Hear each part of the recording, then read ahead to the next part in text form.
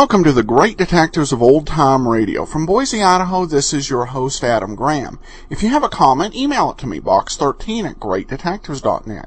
Give us a call, 208-991-4783, and become one of our friends on Facebook, facebook.com/Radio Detectives.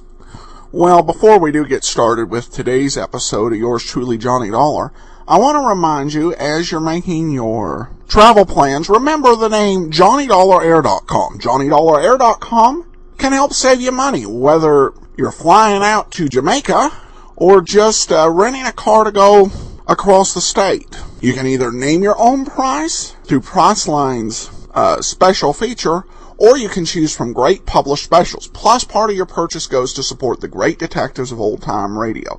So next time you travel, remember the name, JohnnyDollarAir.com. Now it's time for today's episode, The Hannibal Murphy Matter. From Hollywood, it's time now for Edmund O'Brien as... Johnny Dollar. Inspector Trabert returning your call, sir. Oh, yes, Inspector. Thanks very much. I wonder when I could talk with you about the Hannibal Murphy death. Why, it's your pleasure, sir. Do I understand you've come all the way from the States? Yes. The news broke yesterday, and his insurance company thought I'd better. The reports weren't quite clear on whether or not it was accidental. Then you haven't heard.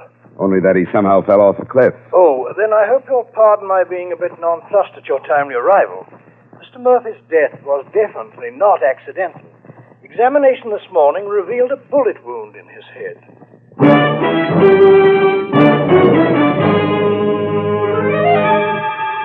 Edmund O'Brien in a transcribed adventure of the man with the action-packed expense account, America's fabulous freelance insurance investigator. Yours truly, Johnny Dollar.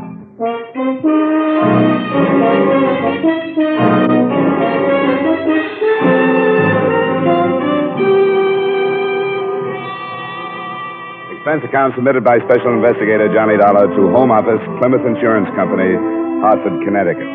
The following is an accounting of expenditures during my investigation of the Hannibal Murphy matter. Expense account item 1, $264.80, airfare and incidentals between Hartford and Kingston, island of Jamaica. After checking into the Myrtle Bank Hotel and reporting by phone to the British Constabulary, I went over late that morning and met the officer in charge.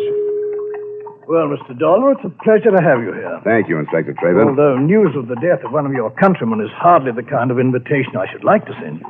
If it hadn't been Mr. Murphy, I probably would have been invited to a murder someplace else. It's a popular pastime. What do you know about the Murphys, Inspector? I understand he's survived by a widow. Yeah, there's a brother also, Paul Murphy, and a stepdaughter, Felice. Oh, I didn't know about them. You mean they're all here in Kingston? Yes, the brother has lived here for the past 2 years, has a cottage just outside town. The deceased and his family were visiting him. They'd been here for 2 months. Anyone else? 2 servants, an old cook and a young man who has rather general duties. Do you have any kind of a theory, Inspector? Since the fact of the murder was proved only this morning, no. Except that it was murder, the position of the wound in the head rules out suicide. Any suspicions, then? No, none that I wish to voice at the moment.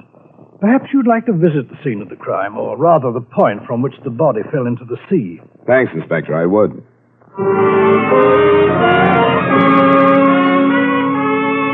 Like most British police officers, he was playing it close to the vest. But on the way, he did let me know that he considered the Murphys, including the surviving brother, to be people who had been spoiled by too much money, were completely selfish, and quite possibly could be hated by a number of people. After a drive of a few minutes, we left the car and crossed through a strip of shaded parkway to a bridle path that paralleled the cliff some 100 feet in height. At the bottom, breakers piled in against the jumble of coral and rocks. Here we are. We wrote the section off in case we might learn something from the marks, though I doubt we will. There, you see, on the edge, the torn earth and the broken branches. Yeah. His body was found below. Huh? Yes, it was discovered by a young islander who was searching for shellfish at an early morning low tide. You said the Murphy cottage wasn't far away. Can you see it from here? No, it's beyond the trees there. The path turns inland before it reaches the grove. Does this cliff run near their place? Yes. I believe, sir, that you and I share a common bewilderment. Well, if his killer met him here, why shoot him if he could have been pushed over the cliff and killed that way, huh? Precisely. We should have had a devil of a time proving it was murder at all. Unless the killer wasn't strong enough to get him over while he was alive. Like a woman. That possibility that does present itself, doesn't it? Yet, if he'd been shot and fallen here, then dragged to the edge, there would have been signs, but there are none. No bloodstains, nothing. Yeah. So, unless he was shot somewhere else and carried here, we must visualize the victim and the killer standing side by side on the sheer edge of the precipice, gazing out to sea a moment before the shot was fired. Can we go to the house now? I had planned to wait until I had a more complete report from ballistics, but please feel free to pay them a visit if you wish to. Thanks, Inspector. I should let them know I'm here. Very good. Come along. I'll drop you by.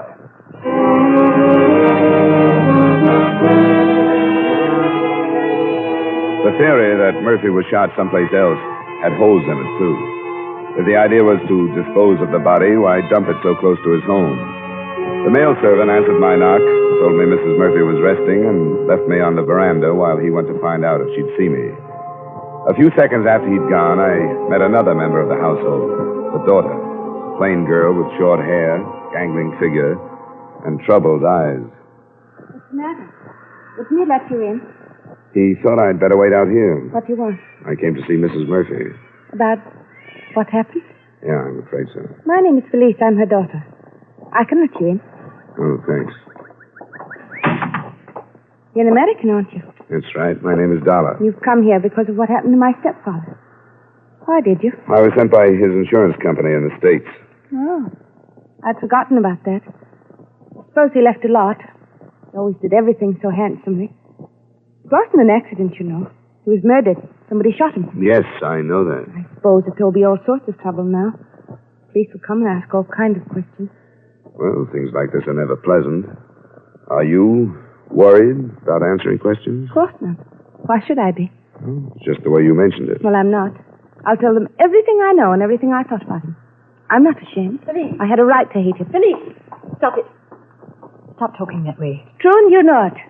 Every awful thing that ever happened to me is his fault. He was filthy rotten. Stop it. Go to your room. All right, I'll go. But you won't be able to send me away when the police come. I'll tell them. Get out of here. Yes, Mother. Oh, I'm terribly sorry. She really doesn't mean what she says. I'm terribly sorry. You don't have to be, Mrs. Murphy. But an outburst like that to a perfect stranger, I don't know what you must think. Oh, I think she's a pretty upset young woman. But she has no right to be. She's been an extremely difficult child. I don't know what else to say to you. I'm terribly ashamed for her. Now, would you come into the drawing room? Thank you.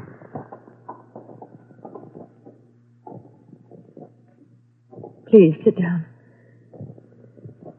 You are an insurance investigator, Mr. Dollar. Yes, and if you feel up to it, I'd like to get as clear a picture as I can of what happened the night your husband was killed. I imagine that I shall have to put up with it, shan't I? Sooner or later, yes. It probably would have been easier if your husband's brother were here to take part of the responsibility. Oh, he went to make arrangements for flying my husband home. I'm not sure when he'll be back, but I'll help all I can. All right. First, Mrs. Murphy, do you have any idea who could have killed your husband? Not the faintest idea, Mr. Dollar. You'd been here in Kingston for 2 months. Is that right? Yes. Could your husband have made any enemies during that time? Did he mention anything like that? No, he mentioned nothing. We've been about very little. We only met a few people. Some of Paul's friends. But he couldn't have made any enemies. Who was here the other night? No one but Hannibal and Paul and Felice and I. And the servants, of course. Did your husband leave the house? Yes, of course he did. It's quite a strange question, Mr. Dollar, considering where he was found. I'm sorry. Why did he leave? Paul said he was going to take a walk. He was in the house when I went to my room. What time was that? 10:15. Paul retired a short time later, and he remembered that Hannibal said he wasn't sleepy. Perhaps he would take a walk. And I take it your daughter had gone to bed, too. Yes. Do you mind if I talk to her now? Oh, I'd rather you didn't. Why? Do you suspect her? I didn't say that. Do you? Of course not. Mother would hardly suspect her own daughter. Why don't you want me to talk to her? Because she's a poor, unbalanced girl who's filled with warped hates and misunderstandings. She'll say dreadful things about Hannibal. And about me. Things that are absolutely not true. She'll have to be questioned, Mrs. Murphy. Of course, I realize that. Well, there's nothing more I can say. I'll show you to her room. But Felice wasn't in her room. I found her waiting for me on the bridle trail along the cliff. She'd been crying. I heard you say you were an investigator, and I wanted to talk to you again. I knew I couldn't in the house, so I waited here. Glad you did. I don't know what's the matter with me. I shouldn't have said what I did. I meant it when I said it. No, I don't. I don't think I know quite what you mean. I'm awfully mixed up. The doctor tried to explain it to me. When my real father died, my mother was all I had. And when he came along, I thought he was stealing her from me. I thought I didn't have anything anymore. How long ago was that? It's been 3 years. I was 14 when they were married. But he did take her away. They chucked me into an old school and went off on a trip. I know he didn't do it just to hurt me. But at night it would seem to me that he did. I tried to get over it, but I never could. That's why I'm glad he's dead. That's not a very wise thing to say, Felice. I can't help it. Do you have anything else you wanted to tell me? No. I wanted to explain why I acted the way I did in the house. I don't suppose you understand. Part of it, I think I do. Quite a few children have to adjust themselves to step-parents these days. It's tough, and some do it better than others. I haven't done it well at all. Now I won't have to try anymore. I am sorry for the way I acted. I want to help you every way I can. How do you think you can help me? I'm not sure yet. But when I am, I'll let you know. All right, Felice. I'll be talking to you again.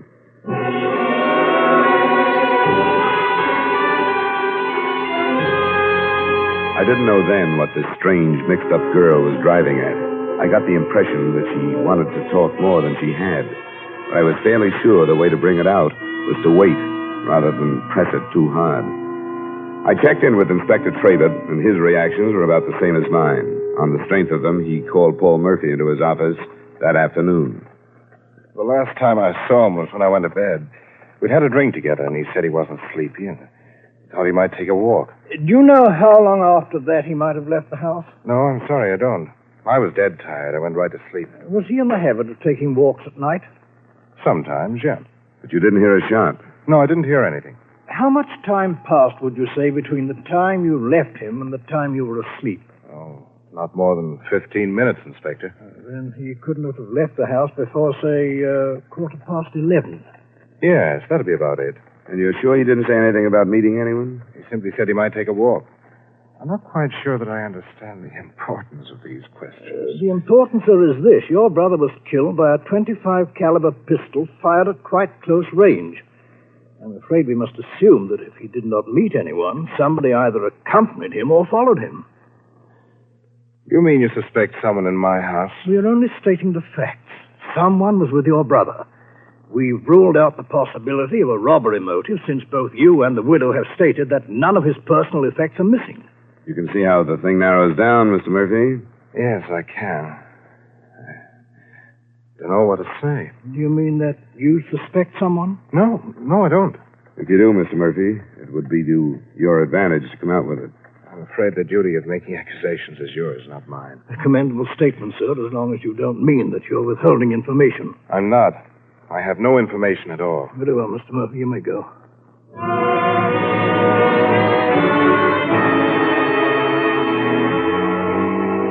When Paul Murphy left, we both felt that he, too, was holding back, that it would be a long time before he offered any information.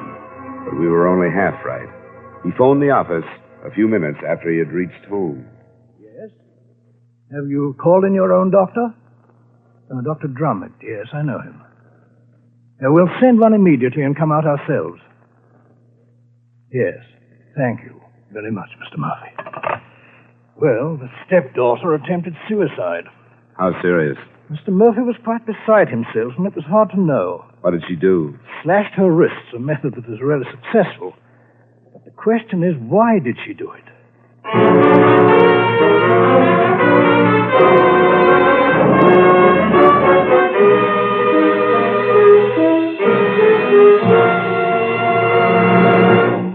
We will return you to yours truly, Johnny Dollar, in just a moment. Later this evening, the gangbusters give a graphic illustration of what happens when the police hunt a criminal who is a perfectionist. When a gang leader leaves no stone unturned to commit the perfect crime, there's a rough manhunt ahead for the police. Hear the exciting developments when you tune in Gangbusters later this evening on most of these same CBS radio stations.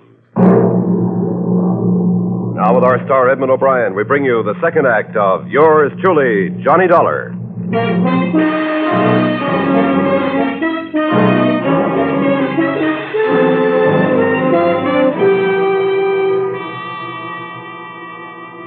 Inspector Traber and I went right out to the Murphy residence, but were held back from Felice's room by both a private and an official physician. The latter was the last to leave her room. Well, Doctor, how is she? You can see her now. As you might expect, she's in a highly emotional state. Yes. Oh, this is Mr. Dollar, Dr. Gurley. How do you do, sir? Dr. Gurley, is she going to be all right? Oh, yes, I think so. You didn't do a very good job of it. I think she needs a good psychiatrist. A very good one. She's evidently needed one for a long time. She say anything to you? No, nothing specific. Only that she hates everyone. Well, I wish you luck, gentlemen. I've got to run. Thank you, Gurley. Bye, Doctor. Good day. Well. Yeah.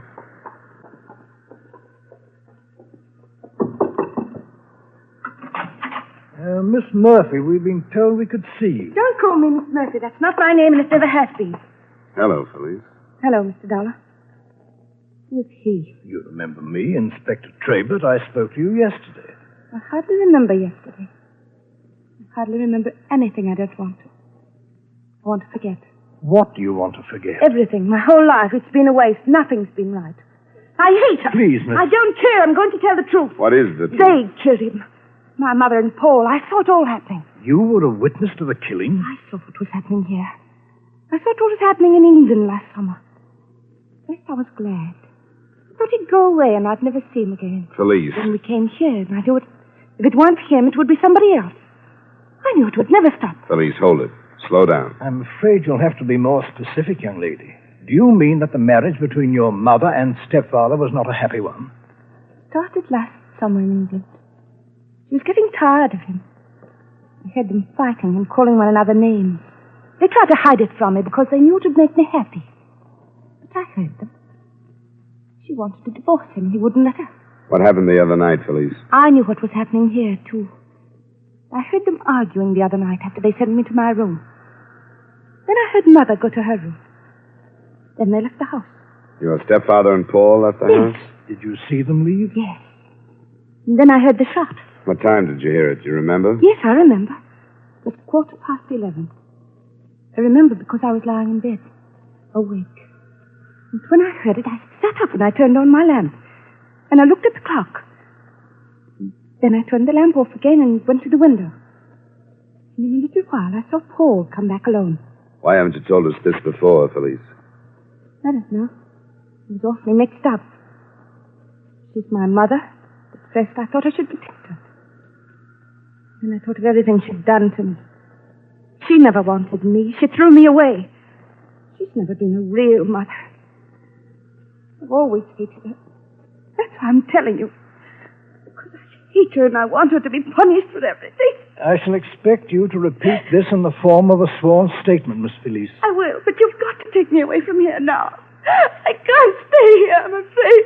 I'm afraid of what they'll do.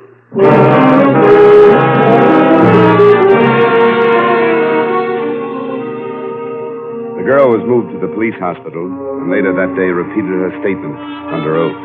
At about the time she was doing that, there was another development. Inspector Trabert received a call from the proprietor of a second-hand shop that specialized in fishing tackle and guns.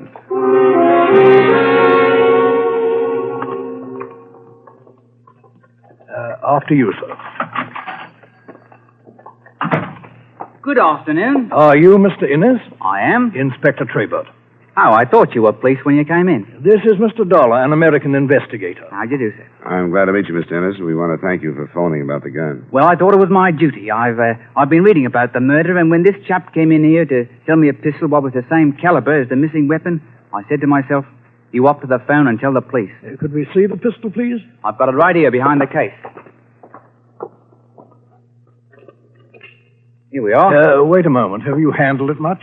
Handle it? Of course I've handled it. I had to look it over before I paid him for it. If this is the murder weapon, I'd like to protect any fingerprints that might remain. Let me pick it up. A Webley, Mr. Dollar. And it's been in England. Would you recognize the man who brought it in, Mr. Ennis? I think so.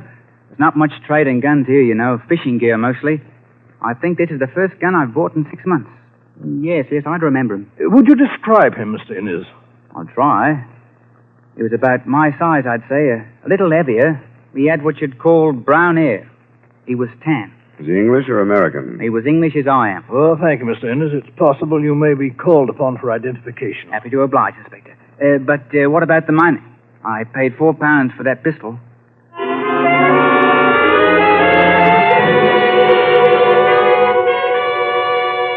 In view of Felice's sworn statement, Inspector Trebert was forced to make an arrest. So for the last time, we returned to the Murphy residence. And I shall have to remind you that anything you say may be held in evidence against you. You mean that you're arresting us for Hannibal's murder? There's nothing else I can do, sir. I have a statement given under oath to the effect that you and the deceased left this house together the night of the murder. That's not true. That the sound of a shot was heard and that you were then seen returning to this house alone. That isn't true. There's not one word of truth in it. I didn't leave the house with him. Can you prove that, Mr. Murphy? Why, Alice, you know I didn't leave, don't you? Of course he didn't. Can you prove it, Mrs. Murphy? I understood you to say you were in your room, that you went to sleep immediately and heard nothing. My daughter made that statement, didn't she? Under oath and before witnesses. But she lied. I told you she would, Mr. Dollar. She'd do anything to hurt me. You've got to believe that. Alice, wait. What did she say was my reason for killing my own brother? Because of your love for his wife. Oh, she's insane. How can you believe these things? You're men of intelligence. We're men who are used to working with evidence. A sworn statement is admissible evidence unless it can be proved false. Neither one of you seems to be able to do that. Paul! I don't think we better say any more until we've legal counsel. No, I won't let her do this to me. We can't, Paul. I think she killed him. She hated him. She's the only one in the house that had reason to kill him. No good, Alice. What are you going to do with this, Inspector? I shall have to take you to jail. Sorry. Oh, you can't. Would you give us a few minutes to get ready? Of course. Come on, Alice. Oh, you can't. Go get your things. Everything will be all right. What do you think, Inspector? Well, to be quite honest, I'm not sure, but I know my duty as a policeman. The strength of that statement and their innocence or guilt are up to the courts to decide. Less formally, though, it's a pretty frightening thing to think of. If that girl, in her mental frame of mind, could suddenly decide that she was a witness, make a sworn statement, and bring all this down on two innocent people. Yes, I know, but the fact remains that they have absolutely nothing to say in their own defense. I've got to arrest them.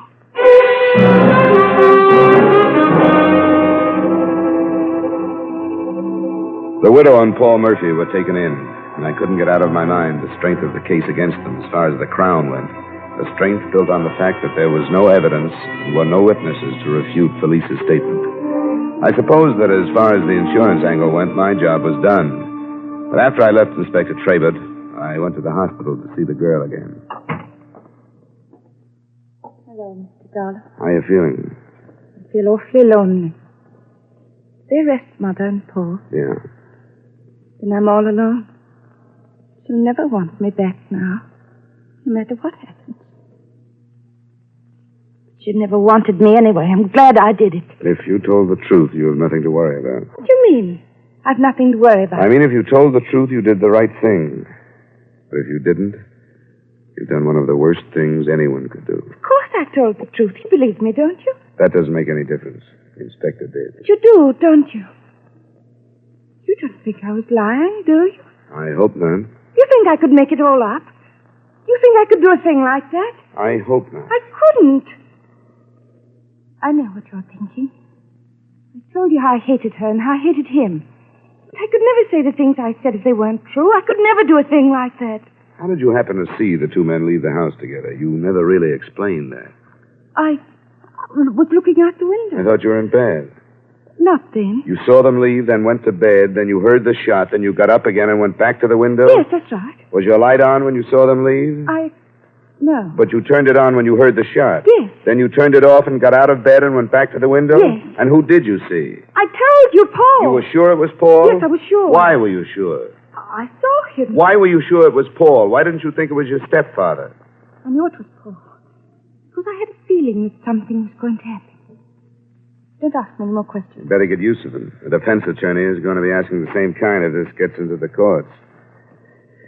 Well, I won't bother you anymore, Felice. I guess you're tired. You don't believe me, do you? I told you. Doesn't make any difference. As I mentioned, the matter was out of my hands by that time, and I was sort of 50-50 on believing the girl. I made my plane reservations on my way back to the hotel, but when I asked for my key, I got instead a message to phone Inspector Traybert. When I did, he told me, A, that the .25 caliber Webley from the shop was the murder gun, and B, that some prints on it had checked to a known criminal who had confessed the shooting. He asked me if I wanted to come over. It's an incredible turn of events. Raises perfect hob with the girl's statement. In any case, we thought to build from it. Yet on the other hand... Oh, here. I should like to have you meet Mr. Roy Church. What are you doing back, Copper? You beat it out of me, so now you've got it. You dropped quite a bombshell into this, Mr. Church. Tell Mr. Dollar in your own words how you came to kill Mr. Murphy. Why should I? You've told him, haven't you? No, I doubted he would believe me. I'd like to hear, Church. His ruddy brother said he was going to pay me to do it. Paul Murphy? Yes. Promised me £500, he did. Paid me 100, and I waited 2 blinking weeks on that clip for his brother to take his walk. Then I got welched by the dirty beggar. That's why I had to sell the pistol. Tell him why, Mr. Church. I was supposed to take this here Murphy's wallet to make it look like robbery. But he fell over the cliff when I shot him, and I couldn't reach him. That'll be all, Mr. Church. Thank you very much. Think nothing of it. Well, Mr. Dollar? Well, this means there isn't a word of truth in that signed statement, except that maybe she heard the shot. She didn't see the men leave the house or Paul come back. She didn't know anything. Yes, a rather spiteful statement, but fortunately true in content. They did have the man killed. I don't know what to do about that girl. What would you do? Well, luckily, I can leave the whole mess in your hands, Inspector. But I wish you'd come up and work a nice, simple Hartford murder with me sometime. Do you good.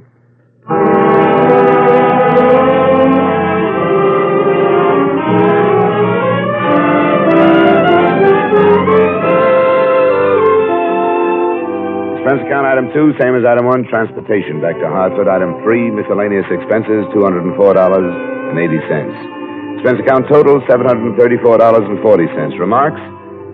I can't help wondering what would have happened if Felice's sworn statement had been entirely false and the widow and Paul entirely innocent.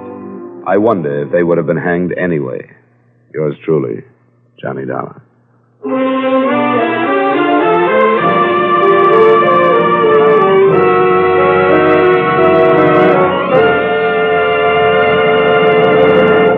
Yours truly, Johnny Dollar, stars Edmund O'Brien in the title role and is written by Gil Dowd with music by Wilbur Hatch. Edmund O'Brien can soon be seen starring in the Paramount Pictures Technicolor production, Silver City. Featured in tonight's cast were Eric Snowden, Virginia Gregg, Jeanette Nolan, Ben Wright, Charles Davis, and Dan O'Hurley. Yours truly, Johnny Dollar, is transcribed in Hollywood by Jaime Del Valle.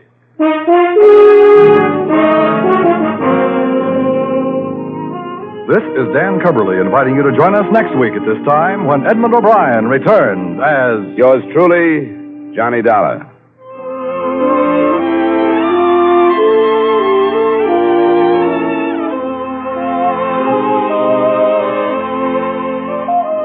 Lovers of fine music are already familiar with the strong, melodious voices of the Choraleers on CBS Radio.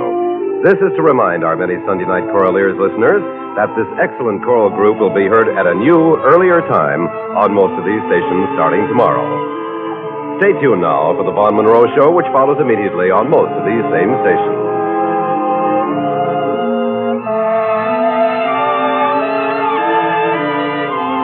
And remember, those lovable rascals Amos and Andy are here every Sunday on the CBS Radio Network.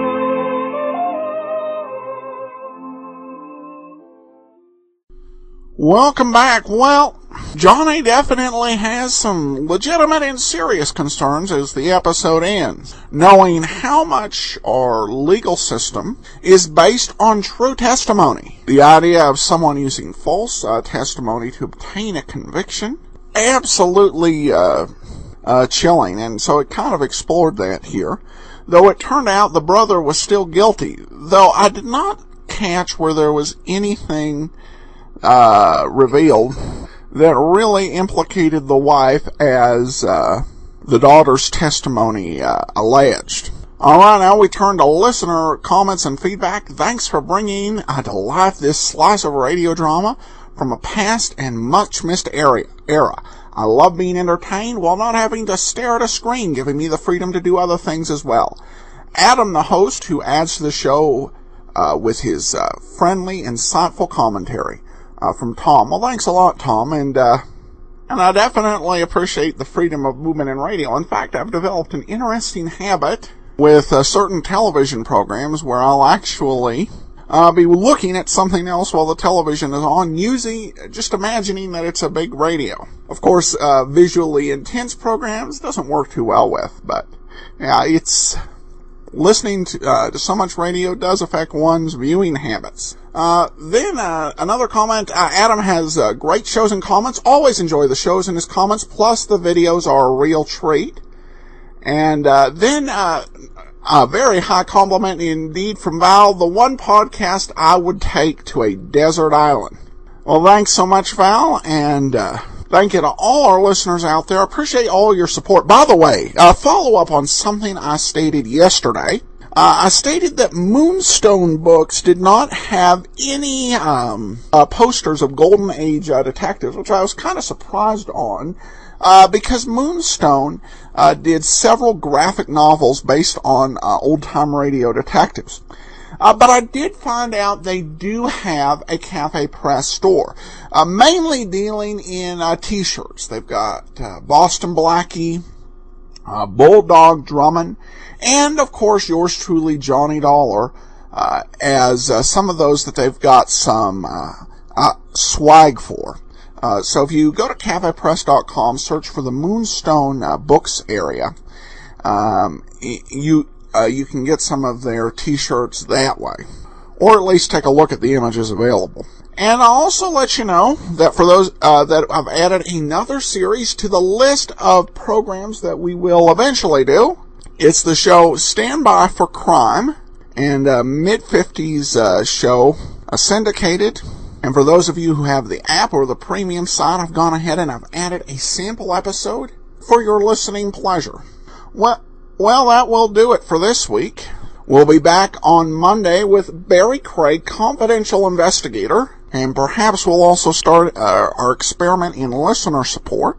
And then on Friday, we will be here again with another episode of yours truly, Johnny Dollar.